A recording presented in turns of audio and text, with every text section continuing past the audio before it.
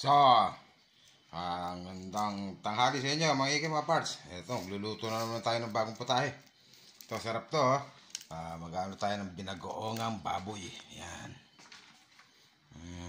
Para may stock tayo. Pwede rin binagoongang baboy na may gata na napakangang masarap din yun. Yan. Kung gusto nyo ng binagoongan lang yan. Ito ang mga ingredients ko. Siling green. Pwede rin may red chili ka. Oil. Siyempre meron tayong bagoong. Yan. Fiesta.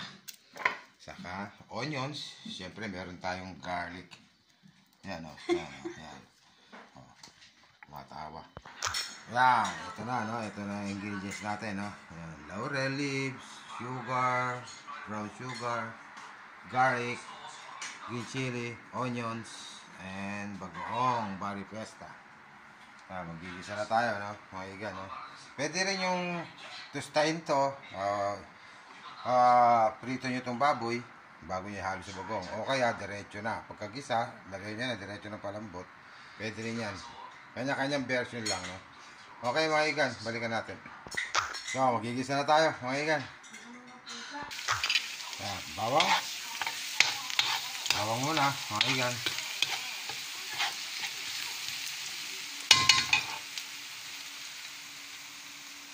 Sunod natin dyan onion. Pag-golden brown muna natin siya, no?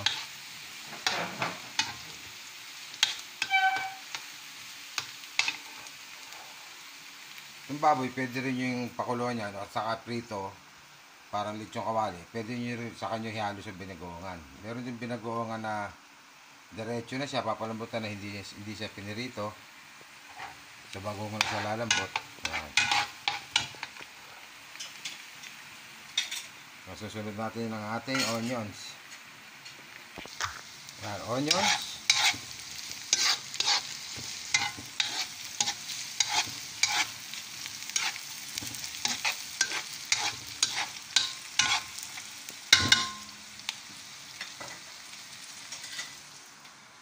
Itong sili, green chili lang. Hindi ko nahihiwain yan. Kasi iba ayaw ng maangang. Pero gusto nyo mag-optional yung red chili. Gusto niyo ng super anghang o hot spicy na bagoong. Okay? Susunod natin dyan ngayon yung ating baboy, no? Para ma-golden brown natin siya. So, ayan. I-golden brown natin to na yan. Nag-isa na tayo, no? Inulan natin yung ano.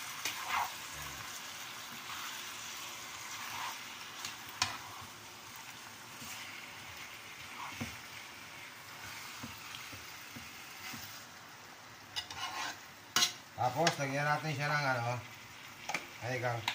crack pepper. Yan, hindi ko nasama kanina sa ingredients natin, no?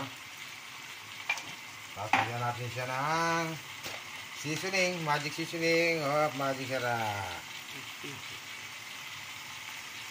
Yun lang.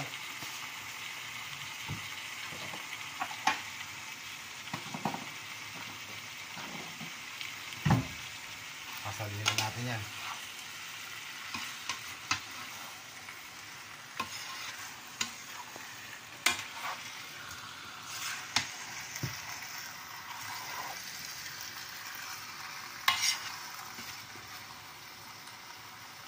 Yan, mamaya lalagyan natin siya ng ano, vinegar, no?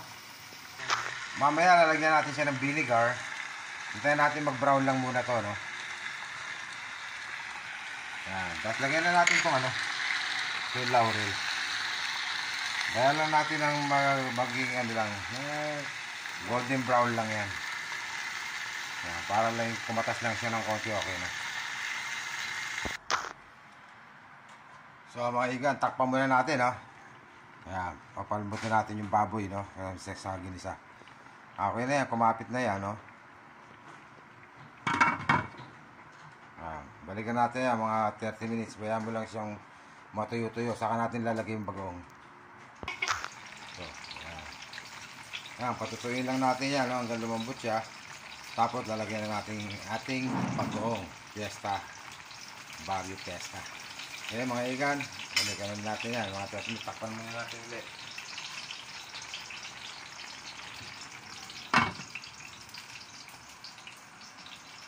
Ayan. Lagyan natin yung suka, no? Ayan. Saka natin mag-additional mamaya na lang. Okay, saka yung asukal, saka natin lalagay.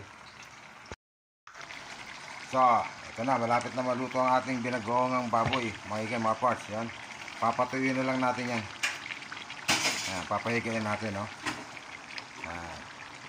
Tapos lalagyan natin ng additional ng sugar, no? Para yung alat hindi masyado. Pero titikman muna natin kasi baboy fiesta yan, eh. Timplado na yan, eh. Ayan. Papatuyuin na lang natin ito, mga no?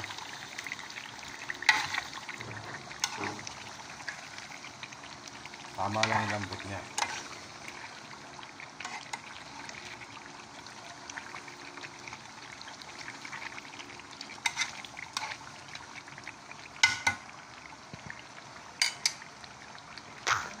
So, mga ikan, okay na to. Malambot na to. Kainan na naman. Let's eat, mga ikan. Thanks for watching my video, no? Please subscribe and share na lang po. God bless you all. Mabuhay kayo.